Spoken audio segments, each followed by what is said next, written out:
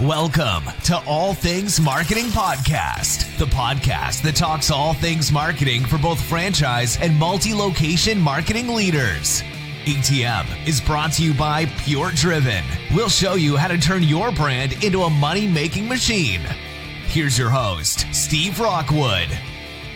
Hello, everybody, and welcome to ATM. My name is Steve Rockwood, and I'm the marketing manager at PureDriven. Today, we are going to talk about why sales and events are important for growing your business.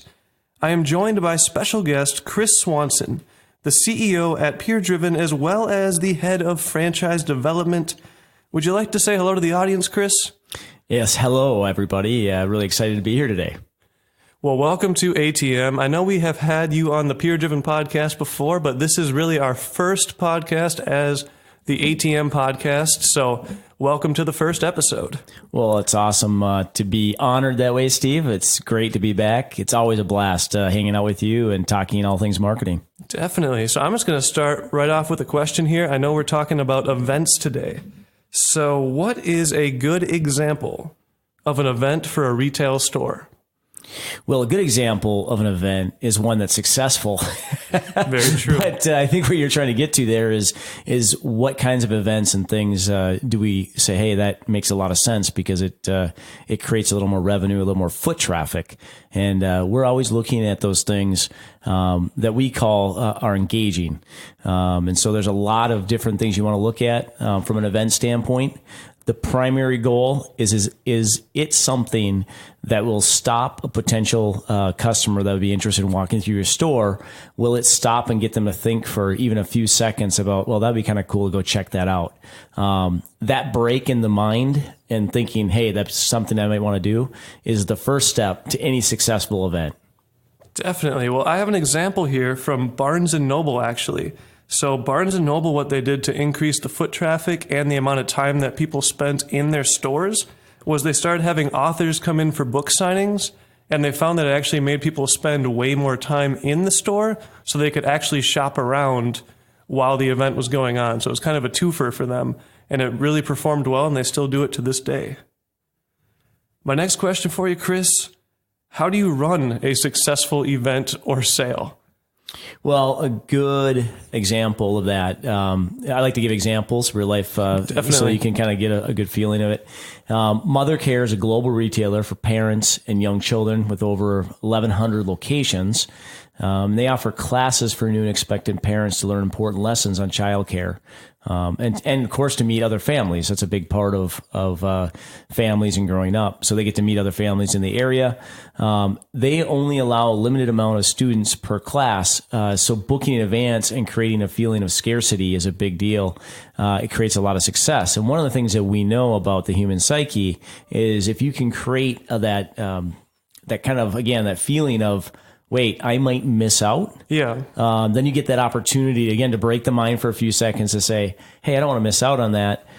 Bare minimum, of course, you want the action to be that they're going to go to that actual event or sign up. But bare minimum, they're going to be thinking about you as a brand. Yeah. So you kind of got a big win there as well. Definitely.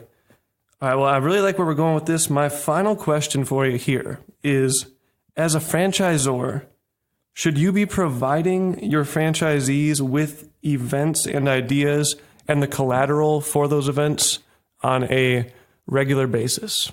Yeah, that's an amazing question, because what we see so frequently is the franchise, the brand, corporate, whatever you'd like to refer to that as, really needs to think this through, have a process, a system in place that makes it extremely easy for everybody to be able to get the information you need. Now, what's great about that is if you do a good job from a branding standpoint, you can actually create the exact events that you want, the collateral, all the information around it. So it becomes very simple to get that message out to everybody. Now, you can customize things. Some brands want to see things more customized to a local area.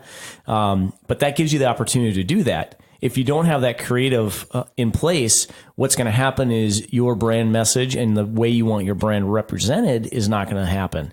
You're going to see all kinds of crazy things going on with your brand because you haven't provided that easy ability for a general manager, a store manager, an owner, whoever it may be that needs to put that content out there. Did you know, Steve, the average chief marketing officer marks 24% of their marketing budget for events? That is a crazy high number, actually. Yeah. So if they are doing that, then they better be actually showing the franchisee how to do those events, or they're putting a lot of money into something that isn't actually being run. Exactly. And that brings up another great point about, events and successful events. And that is what we find so often. I hate to be the person that continues to reuse the long overused potentially Nike brand messaging, but just do it is the most important thing, is to get that into the channels, your advertising channels, Facebook, social media, Instagram, Snapchat, of course, all those social media channels, as well as digital marketing, so that it's easy for people to see what you're trying to do from an event standpoint. If you make it complicated, the messages, it'll become a problem for the people that are having to deploy it. If you make it simple, it allows for adjustments for that local market. Definitely. Very well put, Chris. Well, that's about all we have time for today on this topic. I'm sure we'll talk about something very similar to it in the near future. That's all we have time for. So thanks for joining me, Chris. Awesome. Thanks, Steve. I really appreciate being on your podcast. Thank you, everyone, for listening to the podcast, and we will see you here next time at ATM. You just listened to All Things Marketing Podcast. Make sure to subscribe to the podcast to catch every new episode every day. Want to be a guest on the show? Sign up at PureDriven.com/guest. See you tomorrow here at the ATM.